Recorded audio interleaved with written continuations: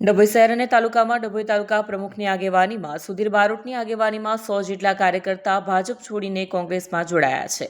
સલીમભાઈ ગાંચી છેલ્લા 25 વર્ષથી કોર્પોરેટર તરીકે હતા અને તાલુકાના ભરતભાઈ બાપાલાલ માજી સરપંચ અને બરોડા ડેરીમાં પણ રહી ચૂકેલા છે. છેલ્લા 17 વર્ષથી ભાજપના વિવિધ હોદ્દા ઉપર કામ કર્યું છે. વિવિધ વિસ્તારમાંથી 100 જેટલા કાર્યકરો કોંગ્રેસમાં જોડાયા છે. જ્યારે બીજી તરફ ધરમપુરીના ભરત બાપાલાલ પટેલને ચાંદોદ જિલ્લા પંચાયતમાં ટિકિટ ન મળતા ભાજપ સાથે છેડો ફાડી પંજો પકડી ચાંદોદ જિલ્લા પંચાયત બેઠક પર મમતાબેન ભરતભાઈ પટેલે ફોર્મ ભરતા ચાંદોદ બેઠક પર કસમકસનો જંગ જોવા મળશે એમ લાગી રહ્યું છે.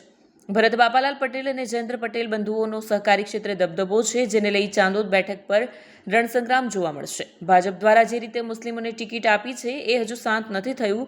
ત્યાં સલીમભાઈ ગાંચી વોર્ડ નંબર 5માંથી અને ભરત પટેલનો બળવો ભાજપ માટે કપરા ચઢાણ સાબિત કરશે. ભાજપમાંથી આવી અને કોંગ્રેસમાં ફરી આવ્યા છે, શું રંગ લાવે છે તો આવનાર દિવસ બતાવશે.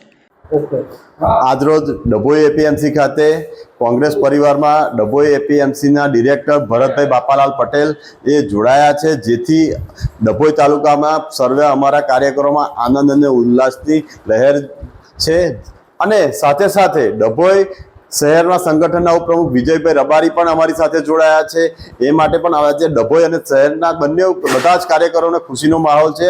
આ બધાએ અમારી જોડે રહેશે, ખભેથી ખભા મિલાવી અને સારું સંગઠન મજબૂત કરશે. અમારો પરિવાર મોટો થયો છે અને પરિવાર મોટો થવાથી આજે અમે મજબૂત બન્યા છે એવી અમને આજે આશા છે. અને આવનારા ઇલેક્શનમાં અમારો પરિવાર જીતશે અને ખભેથી ખભા મિલાવી પ્રજાની વાત આગળ મૂકીશું અને પ્રજાને સારામાં સારો જે તકલીફ પડી રહી છે તેને અમે ન્યાય અપાવીશું. વિડીયો જર્નાલિસ્ટ ફઝલ રઝા ખત્રી સાથે સત્યા ટીવી ન્યૂઝ ડભોઈ.